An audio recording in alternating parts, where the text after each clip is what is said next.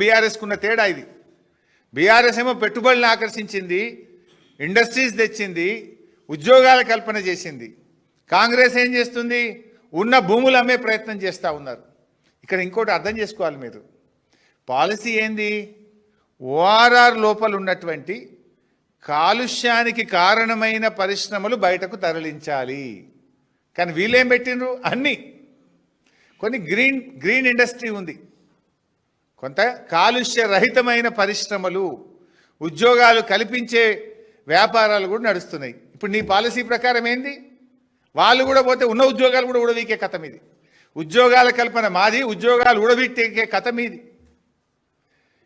ORR లోపల there are some green industries, no pollution. ఇలా వాళ్ళకు కూడా నువ్వు పాలసీ పెట్టి మీరు కూడా తీసుకోండి రా బై, ఎందుకంటే ఆర్ఆర్ ట్యాక్స్ కావాలి కదా మీకు.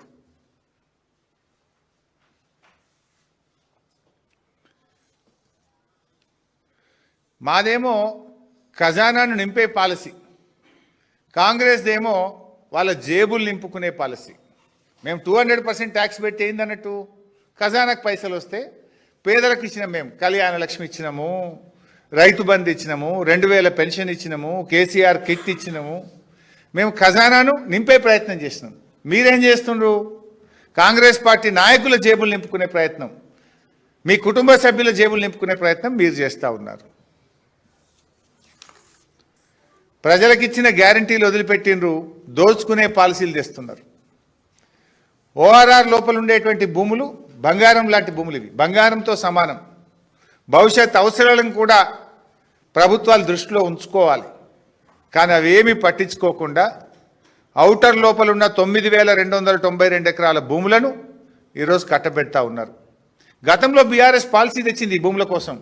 ఏం తెచ్చింది తెలుసా? మేము ఐటీకి మార్చుకోండి. మీరు కాలుష్యానికి ఏదైతే పరిశ్రమలు ఉన్నాయో 50% ఐటీ కట్టండి, మిగతా 50% భూములో అందులో ఉద్యోగాలు చేసేటోళ్ళకు ఇండ్లు కట్టుకోండి అనే పాలసీ మేము తెచ్చినాం. సో దట్ అట్లీస్ట్ ఐటీ వాళ్ళని వస్తే సిటీలో పిల్లలకు ఉద్యోగాలు దొరుకుతాయని ఈ భూములను ఐటీ నిర్మించుకోవడానికి, ఈ ఇండస్ట్రీని, కాలుష్యమైనటువంటి ఇండస్ట్రీని తీసేసి ఐటీ పార్క్ కట్టండి, 50% భూమి ఐటీ పార్క్ కట్టండి, 50% గృహ అవసరాలకు వాడండి అని పాలసీ తెచ్చినాం. మీరేమంటున్నారు? మల్టీపర్పస్ జోన్ ఏమన్నా చేసుకోరు, సినిమా టాకీసులు కట్టుకోండి, అపార్ట్మెంట్లు కట్టుండ్రి, గేటెడ్ కమ్యూనిటీలు కట్టుండ్రి, లేఅవుట్లు వేయండి, అమ్ముకోండి. You have no vision. మీకు విజన్ లేదు. మీకు ఉన్నది విజన్. ఏం విజన్ ఉన్నది? జేబులు నింపుకునే విజన్ ఉన్నది, ఖజానా కొల్లగొట్టే విజన్ ఉన్నది మీకు. ప్రజల కోసం ఆలోచించే సోయి మీకు లేదు. ఉంటే మీరు ఈ పని చెయ్యరు. ఇలా ప్రభుత్వాన్ని ఓ రియల్ ఎస్టేట్ బ్రోకరీ కంపెనీ లాగా నడిపిస్తాం, తమ అనుయాయులకు అడ్డికి పావు షేర్ కట్టబెడతాం అంటే ఎట్లయితుంది? ఇలా బీజేపీని కూడా అడుగుతున్నాం, ఇంత పెద్ద స్కామ్ మీద ఎందుకు బీజేపీ మాట్లాడతలేదు? కుమ్మక్కు రాజకీయాలు లేకపోతే, కాంగ్రెస్తో మీరు కుమ్మక్కు కాకపోతే, బీజేపీకి చిత్తశుద్ధి ఉంటే ఈ భారీ కుంభకోణం పైన సమగ్రమైన విచారణ జరపాలని చెప్పి ఈరోజు మేము డిమాండ్ చేస్తూ ఉన్నాం. ఈరోజు నేను ఒక 8 కోణాలు, ఇందులో 8 ప్రశ్నలు ఈ ప్రభుత్వానికి సూటిగా అడుగుతా ఉన్నా. అంటే ఏ రకంగా ఈ ప్రభుత్వం దోపిడీకి పాల్పడుతుందో సాక్ష్యాధారాలతో సహా నేను బయట పెడుతున్నా. అంటే ఆ రోజు నేను క్యాబినెట్ సబ్ కమిటీ చైర్మన్గా ఉన్నా కనుక ఇవన్నీ విషయాలు ఆ రోజు మా ముందుకు వచ్చినాయి కనుక సంపూర్ణమైన అవగాహనతో, ఆధారాలతో ఈరోజు నేను బయట పెడతా ఉన్నా. మొట్టమొదటిది, ఇవాళ there are 2 values. Sub registration value ఒకటైతే టీజీఐసి వాల్యూ ఒకటి ఉంటుంది. ఇందులో 2 రేట్లు ఉన్నాయి. ఆ రోజే మా ముందుకు వచ్చింది. ఒకవేళ ఈ భూములు ఇవ్వాలా, ఇస్తే ఏ రేటుకి ఇవ్వాలి? మార్కెట్ వాల్యూ ఇవ్వాలన్నా, సబ్ రిజిస్ట్రేషన్ వాల్యూ ఇవ్వాలన్నా, టీజీఐసి రేటుకి ఇవ్వాలా అనేటువంటి చర్చ ఆ రోజు మా ముందుకు వచ్చింది, సబ్ కమిటీ ముందుకు. సబ్ రిజిస్ట్రేషన్ వాల్యూ కంటే టీజీఐసి రేటు చాలా ఎక్కువ. టీజీఐసి అంటే ఈ భూములు ఎవరివి? Telangana industrial infrastructure corporation. ఆ టీజీఐసి ధర ఎట్లా నిర్ణయిస్తుంది? వాళ్ళు పెట్టిన పెట్టుబడి ఎంత, దాని ఇంట్రెస్ట్ ఎంత, దాని డెవలప్మెంట్కి ఎంత ఖర్చు అయింది, ఎవరికైనా ఏదైనా అలాట్మెంట్ ఇచ్చేది ఉంటే వాళ్ళకు ఒక రేటు డిసైడ్ అయ్యి ఉంటుంది. ఆ టీజీఐసి రేటు ఇవ్వాలా, ఎస్ఆర్ఓ వాల్యూ సబ్ రిజిస్ట్రేషన్ వాల్యూకి ఇవ్వాలా అని చర్చ జరిగింది. ఉదాహరణకు ఐపీ మల్లాపూర్లో 240 ఎకరాల భూమి ఉంటే ఎస్ఆర్ఓ వాల్యూ 17,581, టీజీఐసి విలువ 36,827, మోర్ దాన్ డబుల్. అంటే మీరు 36,000 నువ్వు భూమి కేటాయించేది ఉంటే నీ టీజీఐసి రికార్డులో 36,000 ఉన్నది. అది విడిచిపెట్టి తక్కువ ధర ఎస్ఆర్ఓ వాల్యూకు 17,000కి ఎందుకు అప్పచెప్తున్నావు? అదేవిధంగా ఉప్పల్ ఇండస్ట్రియల్ ఎస్టేట్ ఉప్పల్ 447 ఎకరాలు ఉంది. అక్కడ సబ్ రిజిస్ట్రేషన్ వాల్యూ 21,886, టీజీఐసి విలువ 52,523. నీ ధర 52,000, నీ బుక్కులో 52,523 ఉంటే నువ్వు అంతకంటే తక్కువ ధర 21,000కు, ఆ 21,000లో 30% ఎందుకు కట్టబెడుతున్నావు? What is this? అట్లే గాంధీనగర్లో sub registration value SRO value 14,591, TGIC ధర 46,895, 4 times. నీ ధర 46,000, ఎస్ఆర్ఓ 14,000, ఆ 14,000 30%కే ఇస్తా అంటాడు రేవంత్ రెడ్డి గారు. అట్లు చాలా ఉన్నాయి. ఇంకా అట్లా పోతే Hayath Nagar 14,591 SRO value, TGIC value 54,340. ఇవన్నీ మీకు డీటెయిల్స్ అన్ని విడుదల చేస్తా. మొత్తం 21 ఇండస్ట్రియల్ ఎస్టేట్స్ ఉన్నాయి. ఎస్ఆర్ఓ వాల్యూ ఏమో తక్కువ, టీజీఐసి రేట్ ఏమో ఎక్కువ. జనరల్గా ప్రభుత్వాలు ఏం చేయాలి?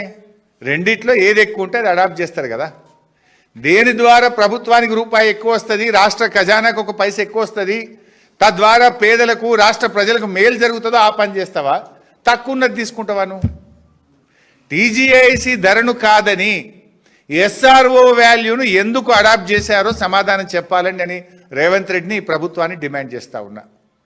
ఆ రోజు మా క్యాబినెట్ సబ్ కమిటీ ముందుకు వచ్చింది ఈ విషయం. మరి మీరు ఎందుకు దీన్ని తక్కువ ధరది అడాప్ట్ చేసినారు? టీజీఐసి రేట్ను ఎందుకు పరిగణలోకి తీసుకోలేదో ఈ రాష్ట్ర ప్రజలకు సమాధానం చెప్పాలని చెప్పి నేను ప్రభుత్వాన్ని డిమాండ్ చేస్తూ ఉన్నా. రెండవ పాయింట్ మీ అందరికీ తెలుసు, బహుశా మీరే పత్రికల్లో చూసి రాశారు, టీవీల్లో చూపారు. గత సంవత్సర కాలం నుంచి ముఖ్యమంత్రి, రెవెన్యూ మంత్రి ఏం చెప్తున్నారు? హైదరాబాద్లో ఎస్ఆర్ఓ వాల్యూలు తక్కువ ఉన్నాయి, త్వరలో భూముల ధరలు పెంచుతాం అని ఎన్నిసార్లు చెప్పిండ్రు? ఈ నెలనే పెరుగుతుందని పేపర్లో బ్యానర్ ఐటమ్, మళ్ళా నెలనే పెరుగుతుంది, ఇక నవంబర్కి వెళ్ళి పెరుగుడని రాసుడు. అంటే అట్లా చెప్పుకుంటూ కొంత వ్యాపారం చేసుకున్నారు, ఏదో ప్రభుత్వ ఆదాయాన్ని పెంచుకునే ప్రయత్నం చేసిండ్రు. అంటే మీరు ఏం చెప్పిండ్రు? ఎస్ఆర్ఓ వాల్యూస్ చాలా తక్కువ ఉన్నాయి, తొలుత ఓఆర్ఆర్ లోపల పెంచుతాం, ఓఆర్ఆర్ లోపలనే మొదలు పెంచుతాం, ఓఆర్ఆర్ బయట మెల్లగా పెంచుతాము అన్నారు. మరి అది అమల్లోకి రాకముందే ఈ పాలసీని ఎందుకు హడావిడిగా అమలు చేస్తున్నారు? ఎవరికి మేలు చేయడానికి అమలు చేస్తున్నారు చెప్పాలి కదా.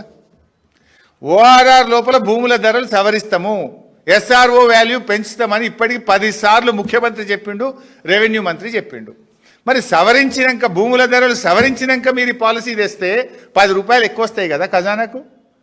ఇది 7 రోజుల్లో దరఖాస్తు, 7 రోజుల్లో క్లియరెన్స్, 45 రోజుల్లో పైసలు కట్టుడు వెనుక ఉన్న మతలబ్ ఏందో ఇప్పుడు అర్థమైతలేదా? అంటే ఇది కొల్లగొట్టుకొని జేబులు నింపుకొని తర్వాత పెంచుతారు.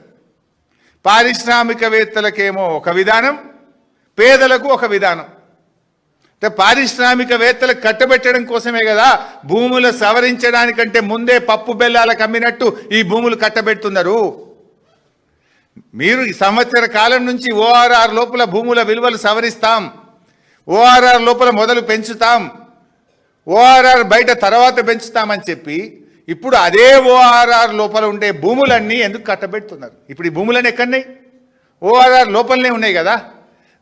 ధరలు సవరించేదాకా ఎందుకు ఆగుతలేరు? ధరలు సవరిస్తే రాష్ట్ర ప్రభుత్వానికి ఆదాయం పెరుగుతుంది కదా.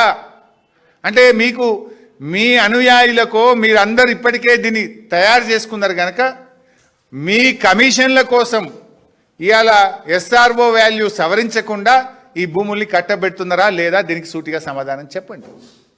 ఏది మొదలు? రాష్ట్ర ప్రభుత్వానికి రూపాయి ఎక్కువ వచ్చేది మొదలా, తక్కువ వచ్చేది మొదల భూములు సవరించినాక ఈ పాలసీ తెస్తే 4 రూపాయలు ఎక్కువ వస్తాయి కదా, ఎందుకు చేయట్లేదో ఈ రాష్ట్ర ప్రజలకు సమాధానం చెప్పాలి. ఇది question number 2. Then question number 3, ఇందాక నేను చెప్పిందే, బీఆర్ఎస్ 100 రూపాయలు అక్కడ గజం ఉంటే 200 రూపాయలు తీసుకున్నది, కానీ మీరు 30 రూపాయలకే ఎందుకు ఇస్తున్నారు? Already there is a policy. BRS అది కూడా హైకోర్టు డైరెక్షన్ ఉంటే తెచ్చినాం ఆ రోజు.